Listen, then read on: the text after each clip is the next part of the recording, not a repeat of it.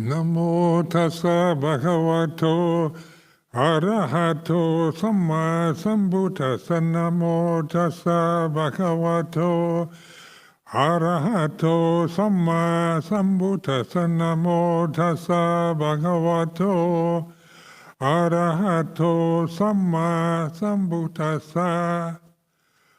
Aparuta de sangamatassa tawara e sodavanta pamunjantu satang.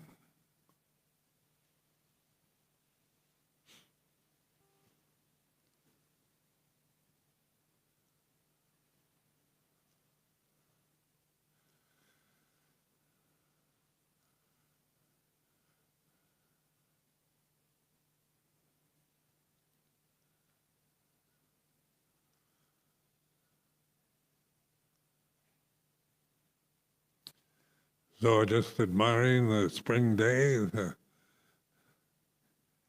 everything's springing forth with blossoms and leaves after a barren winter. And this afternoon's opportunity to reflect on Dhamma.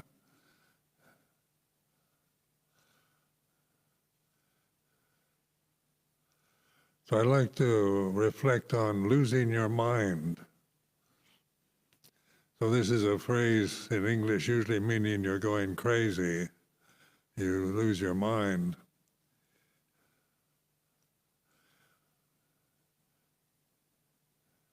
And yet in meditation, the whole point is to lose the mind, to let go of it.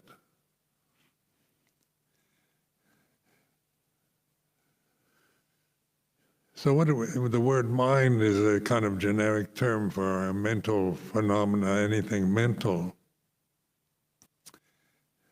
So in defining mind from consciousness, consciousness means, it's not limited to mental states. It's where mental states, whether they're positive or negative, rational, reasonable, or crazy, they arise and cease in consciousness. So in bhavana, or meditation, is to realize pure consciousness rather than just keep developing habits by clinging and reacting, resisting, indulging in mental states.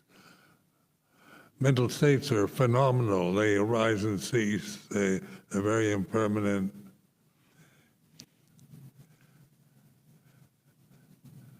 And so one mental state can't know another. Hatred can't know love. Right can't know wrong. Right and wrong are mental states, love and hate. Usually how we use the word love is usually defined as liking something a lot.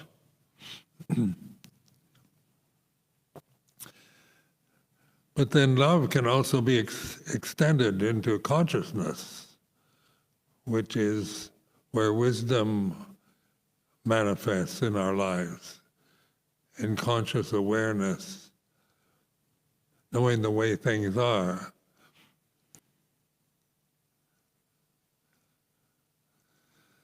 So many words we use are just habit patterns. How to define them, how we are accustomed to using words.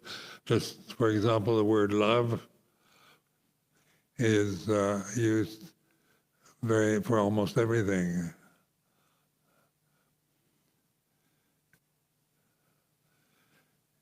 Hate is usually a word that means extreme dislike or disapproval.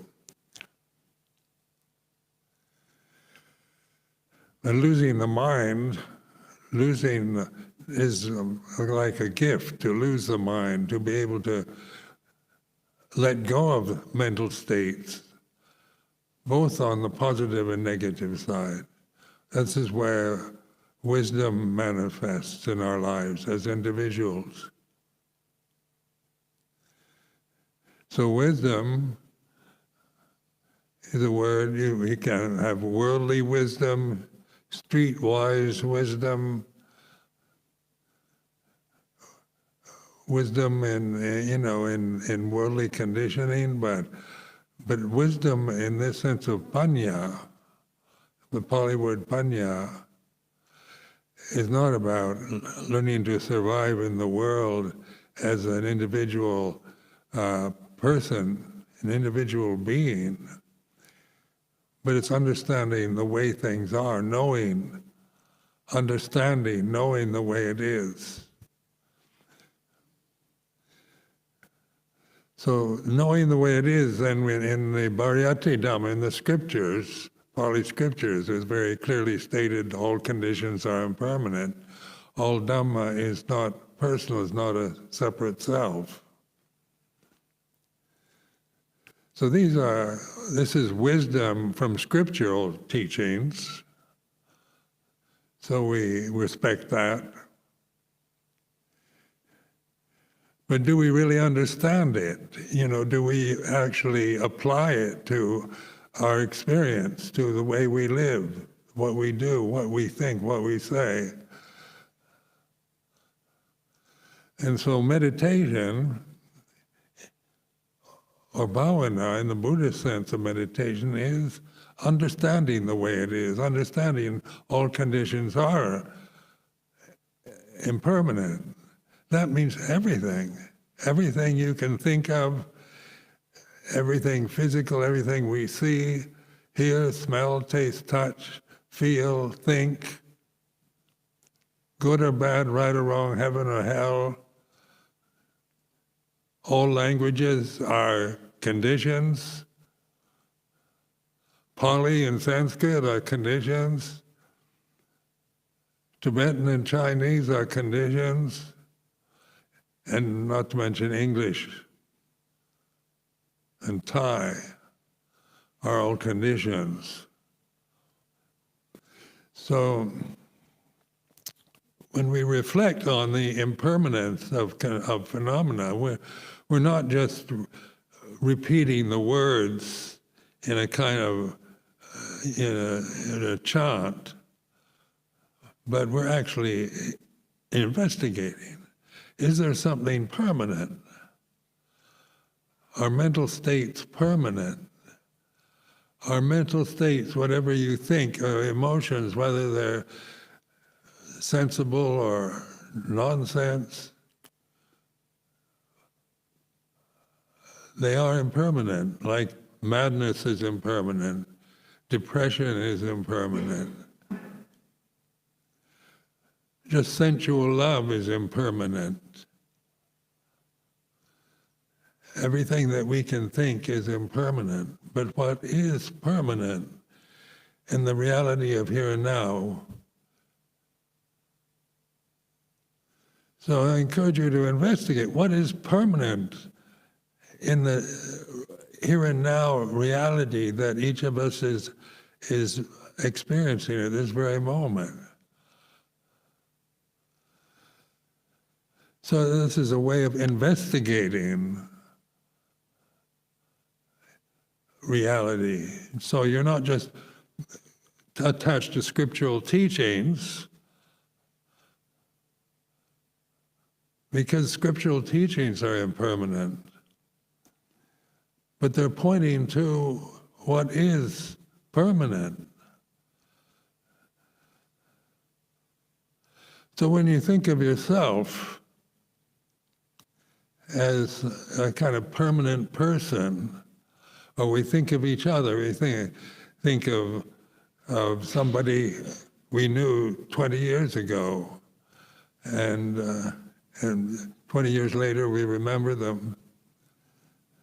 That memory comes and goes, doesn't it? And is that person the same person that you knew 20 years ago? And of course, in logic and reason, we know they're not. But we can still carry grudges from childhood about being mistreated, abused, into our old age, because we attach to memories of the past. And every time we remember unpleasant experiences, then we have this same reaction of aversion or anger, resentment. So as long as we're bound to these mental states, whether they be positive or negative, it's a form of bondage, of slavery, that we can carry with us throughout our lives without realizing what we're doing.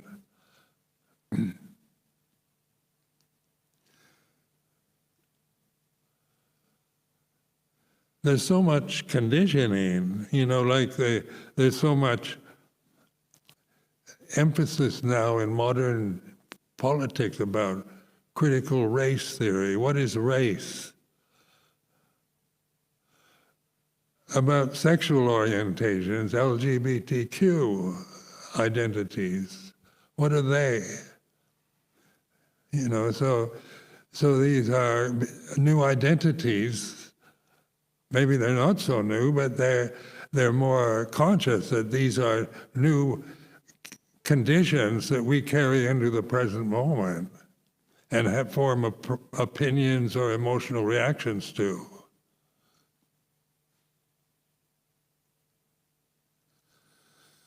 But what is aware of that emotional reaction, whether it's racially prejudiced or biased in various ways, politically biased, religiously biased, gender bias, whatever bias we have, there's an awareness. It's like this. What is aware of the biases that people carry in their minds is their memories, their mental states. And so losing our minds can also be seen as a great gift. It's not that we become like zombies or void of feeling or anything, but we're no longer enslaved to the memories of the past or all our tendencies to project into the future all kinds of problems, crises, horrendous fears that we project in the present moment, and that we can project in the present moment into the possible future.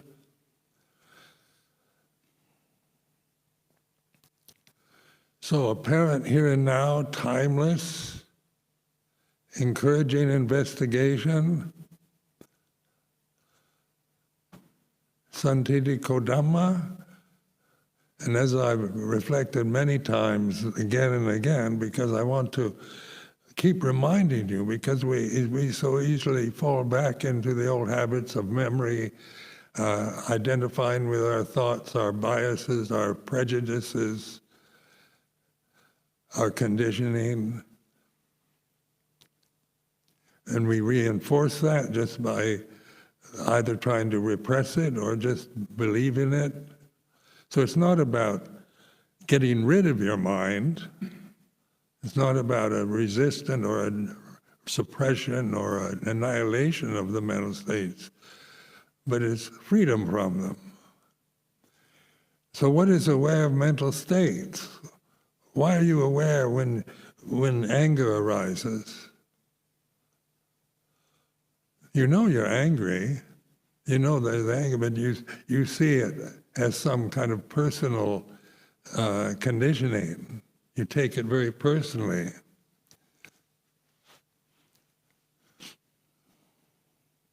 So we have anger problems with fear, anxiety, where we tend to worry about life. We have guilt about things we remember from our past. We have resentments.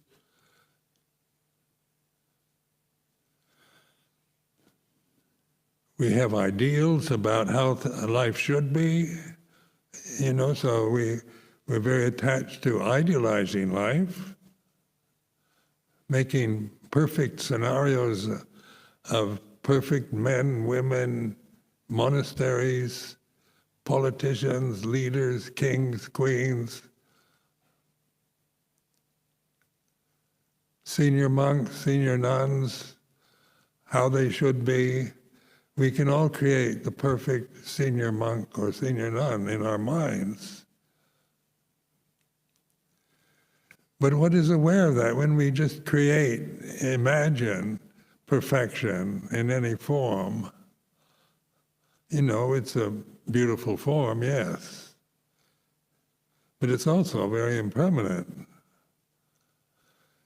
And to keep holding to the form of perfection, then we're not really reflecting on the way life actually is. It's not a perfect form. Forms are changeable, they're impermanent.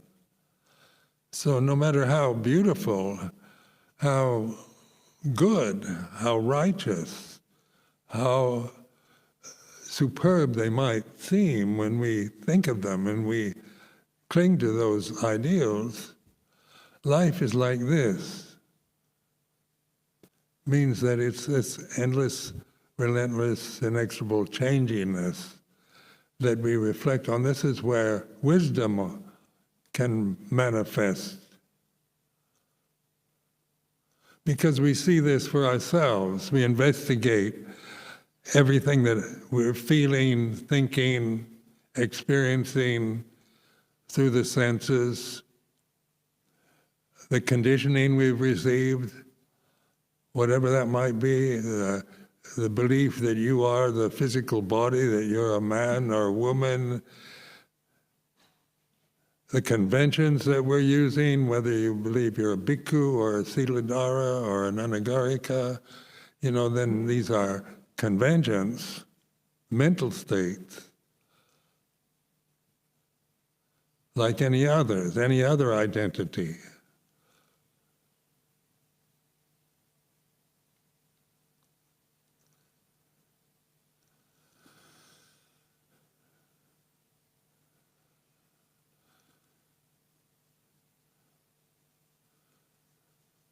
So losing one's mind can be a freedom or liberation. Because the nature of consciousness is peaceful, it's perfect. So actually, when you begin to realize, what is perfect, any form, any ideal, is, you can create images of perfection, but that's not what you can see, hear, smell, taste, touch, permanently think or feel, because life is impermanent. These bodies are impermanent. The senses are impermanent. The objects of the senses are impermanent.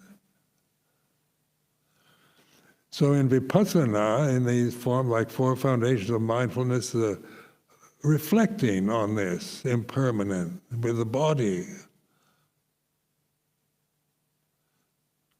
with feelings, with mental states.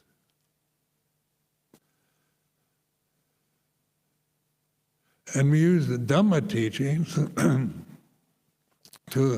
they're kind of guidelines. They're not doctrines of perfection. They're not ultimate reality, but they're conventions, skillful means to remind us, to reflect on the way it is. So pure consciousness, when we chant Vinyanang Anidasanang Anantang Sapado Pabang, this is quoting from the suttas, invisible, infinite being everywhere. So you can't find consciousness as an object. It has no form. So trying to find consciousness as an object is a waste of time. You can find mental states very easily. Just be the witness, the observer of what you're feeling. And it's learning to surrender to this witnessing position. It's not a stressful position to take. It's not about making yourself mindful and paying attention to everything that happens as some kind of, this is an ideal we might form about mindfulness. But it's learning to surrender, to relax, to open to the way it is, this open, conscious awareness here and now is like this. And this is where we begin to recognize silence. It's the background, the substratum. Behind all the noise of your mind and all the views and opinions you can be indulging in or resisting is the silence.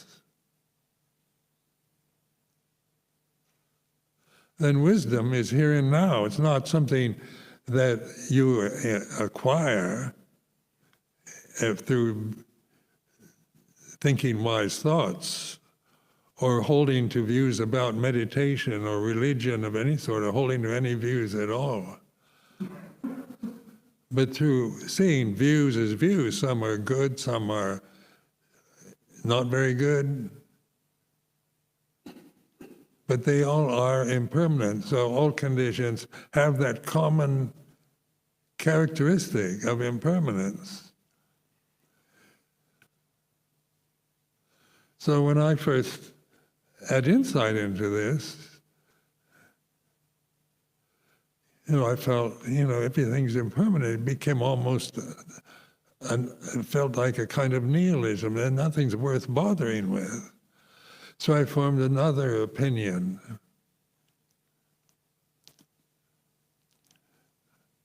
So, then because if the Buddha said everything is impermanent, then Theravada Buddhism is impermanent. The sutras are impermanent. And they're not self. So everything I think, then what's left if I'm not some kind of permanent condition? What am I? What's left when you've let go of the world, when you've freed yourself from opinions and views, concepts? Is awareness, conscious awareness, consciousness, silence. Silence has no language.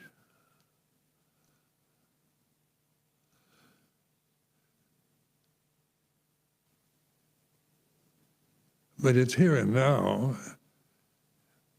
and it's reality. That is the ability to reflect on the moods, the mental states, the prejudices, the biases, the opinions, the concepts that you might still be enslaved to.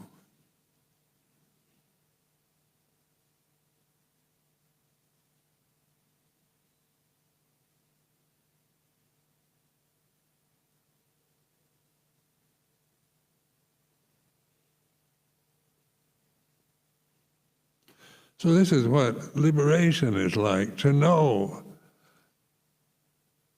that you don't know anything, that the knowing is what we are, just the knowing, not knowing anything, but just the knowing, the conscious, open, conscious unknowingness. And then you find that's what we really are.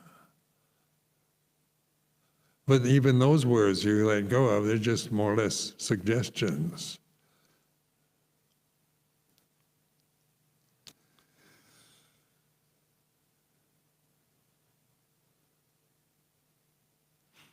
So you can't find open unknowingness just through having the words, consciously reflecting on the words. It's like trying to find yourself or see your own eyes. So it's impossible to find consciousness or to define it with words, because words are themselves impermanent conditions. So it's learning to trust this awareness under all conditions, whether, in sickness or in health, whether you're loved or hated, whether life is pleasant or miserable. The open unknowingness is never destroyed by the changing conditions, the impermanent conditions of the eyes, ears, nose, tongue, body, or mental states. So in meditation, like many of you have experienced, as you open up and relax, as you stop trying to control everything and attain samadhi and find peace as some kind of object that you desire, sometimes the mind states won't let us. They'll become obsessed with negative mental states. And so, then we think of meditation as learning to control the mind. So we become obsessed with trying to control the mental states by trying to think positively all the time. But in winter's retreats, there's 3 months of silence.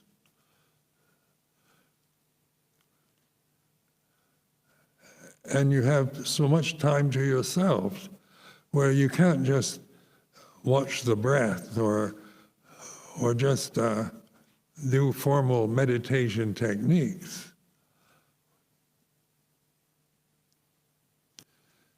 That you probably think you should be doing. So be aware of that, how you conceive, how you form a concept of what right meditation is, about concentration, about the word samadhi, about using words like getting samadhi or getting rid of defilements. And when the negative mental states arise, rather than trying to suppress them, because that is a form of attachment, resistance to evil, to negativity, is a form of attaching to it. You're empowering these negative states through resisting them because you believe they're yours. You're operating the mental states, unpleasant mental states are your problem.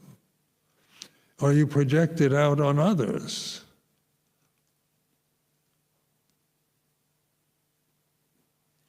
But what is aware of this tendency to project our anger, our jealousy, our fear onto the world around us?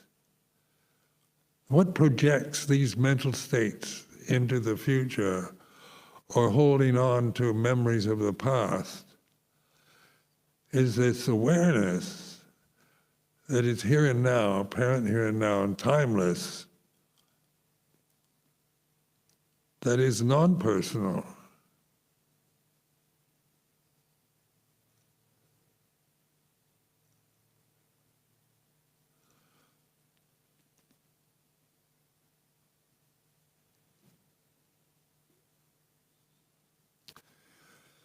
So negative mental state, memories of the past or fear, I've reflected on it so many times. The past, we can live in the past. As you get older, like old people, we tend to remember the past.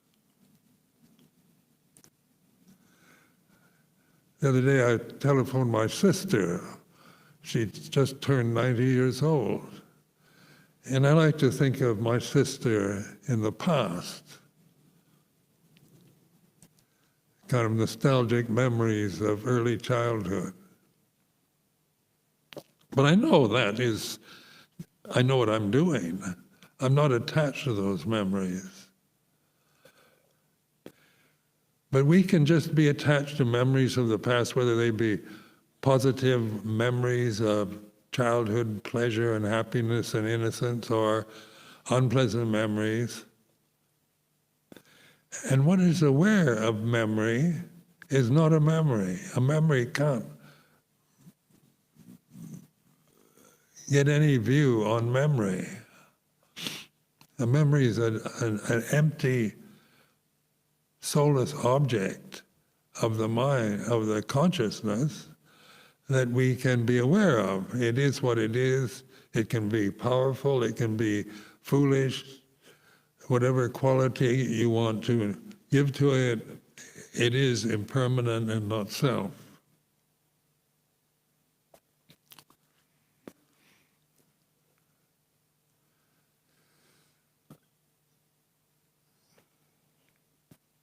So these teachings of the Buddha take us to Nirodha, or the end of suffering. And so we assume from the thinking mind, from the intellect, that when we read the scriptures, that if we meditate in the right way, we aren't going to suffer anymore. So we may spend years sitting still and developing concentration, and then wondering why, after so many years, we're still suffering. Because we haven't really recognized the causes of suffering. We can still the mental states through concentrating on objects, samatha meditation, on forms, refined forms. And we can have refined forms as conscious experience, which are very pleasant, very nice, but they're also impermanent.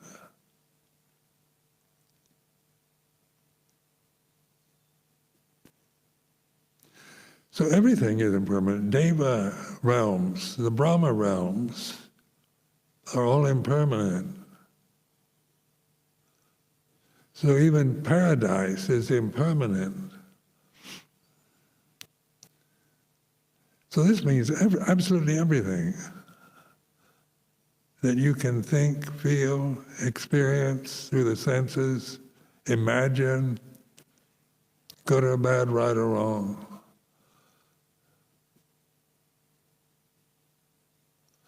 Now that's not just an intellectual belief, like if you just hold to that alone, then you do get this feeling of nothing is worthwhile. It's all empty phenomena rolling on. We're all going to die. What's the point of anything? Because we haven't investigated the causes of suffering. Through that investigation of clinging to desires, understanding desires, recognizing desire or tanha as another condition, even the desire to get rid of desire is another condition. So it's not about getting rid of. Losing your mind is not about getting rid of mental states and not having any mental states, or going crazy, because crazy is another mental state that is impermanent and not self. So when you've let everything go, the second noble truth is about letting go. Letting go is not annihilation, but relaxing, observing, with the conscious awareness the way it is, the changing flow of what we experience through the senses, through these bodies, mental states. They're like this. As soon as we comment about the quality of the mental state, then it becomes more than what it is. Like even an angry feeling.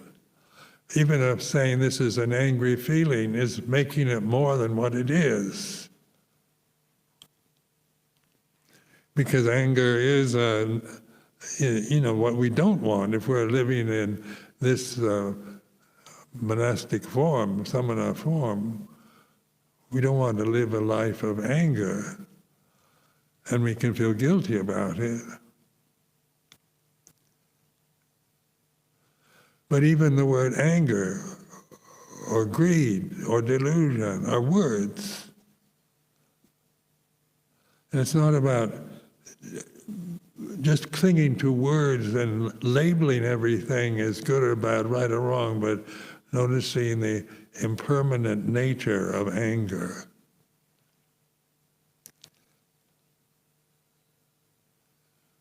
And in that willingness to let go of anger and just observe it, and not claim it as some kind of personal defect, then anger ceases, and that's nirodha in the here and now, paccuppanna dhamma.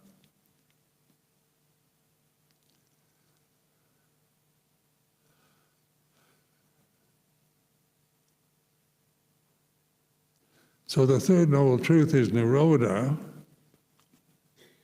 cessation of suffering, can be realized individually by the wise, through wisdom.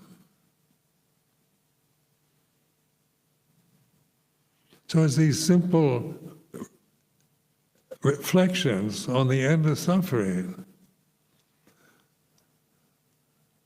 that we begin to trust the silence.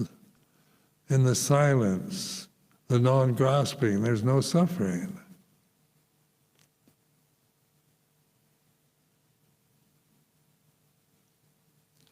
But we still get sick, we still get old, we get diseases, we get pain. The bodies are like this. That's their nature, is pleasure and pain, human form. It's all about sensitivity. So the body is still, after realizing the end of suffering, doesn't mean the body doesn't feel pain, or you don't get sick anymore, or you live in a realm of bliss, kind of a magical realm that you imagine. But it's learning to reflect on the way things are and trust that reflective ability. Conscious awareness is the door to the deathless, the gate to liberation, to freedom from the conditioning that we're experiencing through these forms.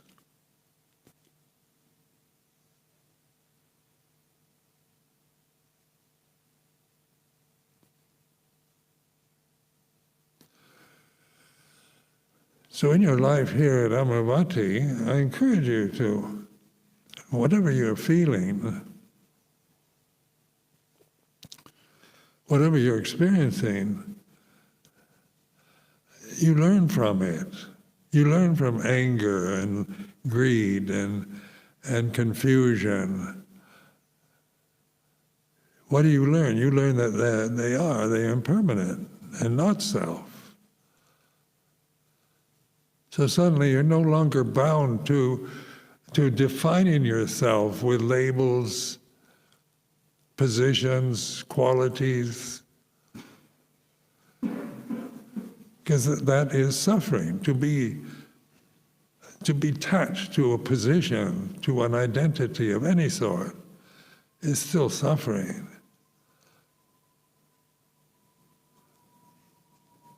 So in worldly life, just by trying to become wealthy and find happiness through the senses, one finds that it's very impermanent.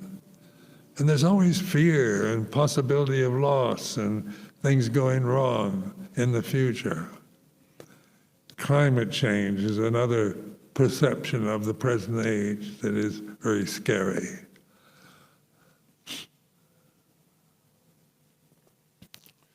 Nuclear war, the threats of nuclear war, weapons of mass destruction, World War III beginning in Europe. These are perceptions we have that are very common at this time here in the UK. But they are perceptions, they're words, they're concepts that if we attach to them blindly, then we suffer because they create a sense of fear and dread about the future.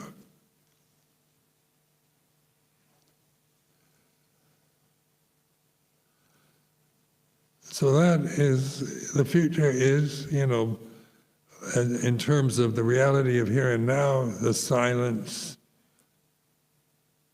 the future is what we don't know. Could be anything. Success, failure, good health, bad health. As a person, as a samana, as a monk or nun, are you going to get enlightened in this lifetime? Are you wasting your life in this form? Or should you be doing something else? Is there a better way to live? Or is this the right tradition for you? And all these kind of questions that we create in the mind can teach you that, what do they say? All of them. And when you want to devote your life to the Sangha, to Buddhism, to Dhamma, and when you're inspired, that also is impermanent. So when we're inspired by monastic life, by Buddhist teachings, and we want to devote our lives to it, perpetuate the teachings, spread Buddhism to others, make it available so others can learn from it. We have all kinds of altruistic aspirations towards the society and the world that we're living in. And then when we become disillusioned with Buddhism or disappointed, all these wonderful aspirations are impermanent. So it's not that there's anything wrong with aspiring, but it's also wisdom to see that when you're inspired, it's like this. When you're full of faith and inspiration, it's like this. When you're full of doubt, aversion, worry, it's like this. So it's like this is a way of reflecting on the way it is. It's like this. So I remember in Wat Pah Pong years ago, and monks would get inspired, saying they wanted to devote themselves to the Dhamma and remain monks for the rest of their lives and die in the robes with their 3 robes and alms bowls by their side as they sit in meditation and pass into Nibbana. These kind of inspiring perceptions, Luang Por said, it's all impermanent. You can't make promises or vows in the present about the future. And then monks wanting to disrobe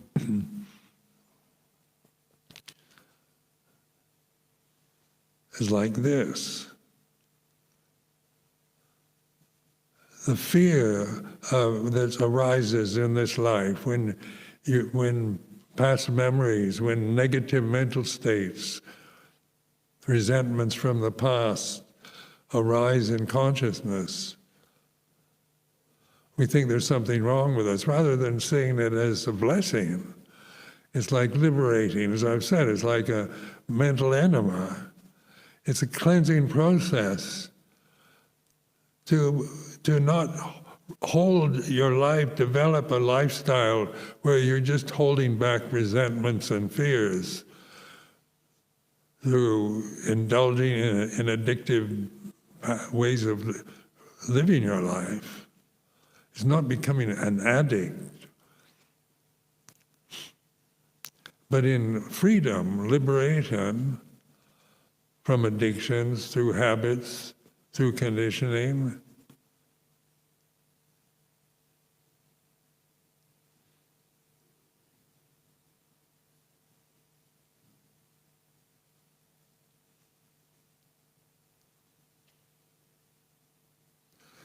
so sometimes people are so convinced their mental states are reality that they tend to hold on to those mental states. They lose that sense of, they have no perspective on what they're doing.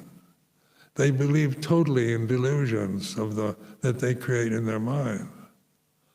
That's insanity, madness.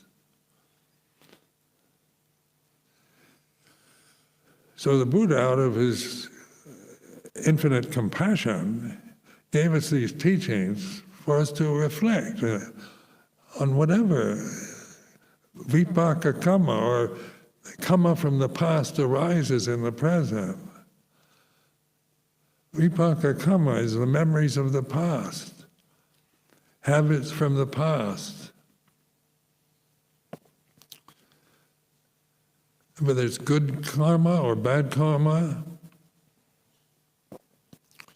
So if you've in the past been a criminal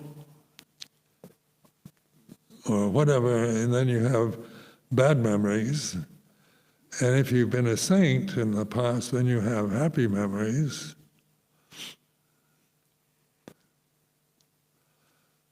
As vipaka kamma. But in terms of whether it's madness or saintliness, saintliness is impermanent, and so is madness.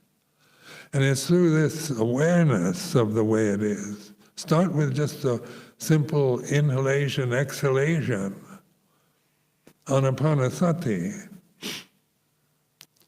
That's the pattern of all conditioned phenomena. You have to, inhalation is like being inspired. Exhalation is losing that inspiration. So do you favor one over the other, or when you begin to notice, we usually just breathe out of habit, not noticing, till we start meditating, then the teacher suggests mindfulness of the breath.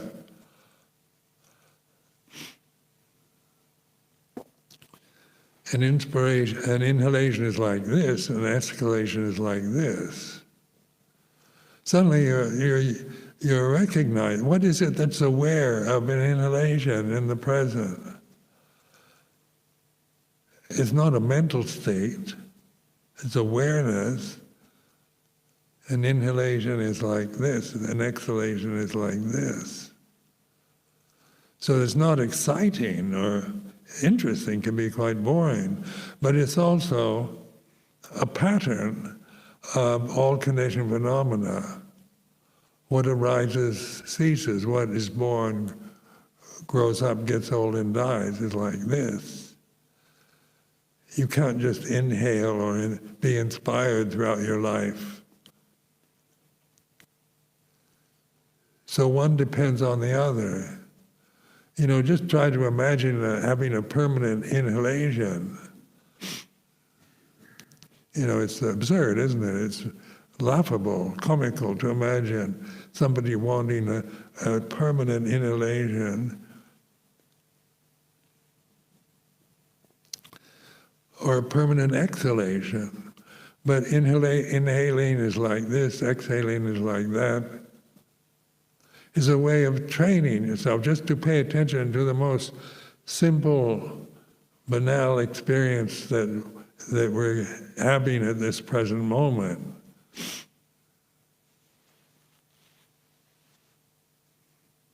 Then applying that to everything else, through mental states, through the states of mind, the citta, the changing conditions of love and hate, like and dislike, inspiration, boredom, disillusionment. We all learn from, they're all, teaching us about impermanence and not self. So if you don't have a self, then who are we?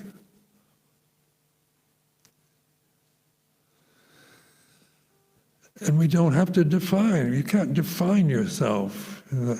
When you see the impermanence of conditioned phenomena, there is no self, permanent, separate self. There's Dhamma. There's conscious awareness, which we all share. It's not like personal, is it? Conscious awareness is not something you acquire, not some kind of mental or meditation technique. It's natural. It's here and now. Silent. It's peaceful.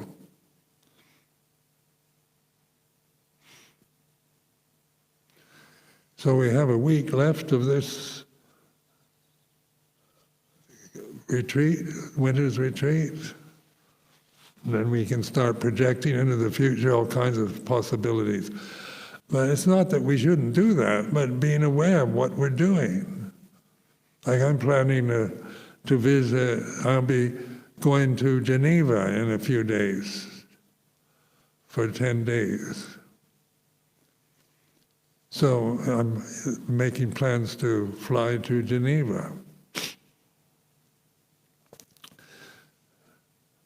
But I know that those are just conventions, because it could change about what if I get COVID between now and the time to depart, and all kinds of doubts, possibilities for not being able to go on this journey to Switzerland is like this.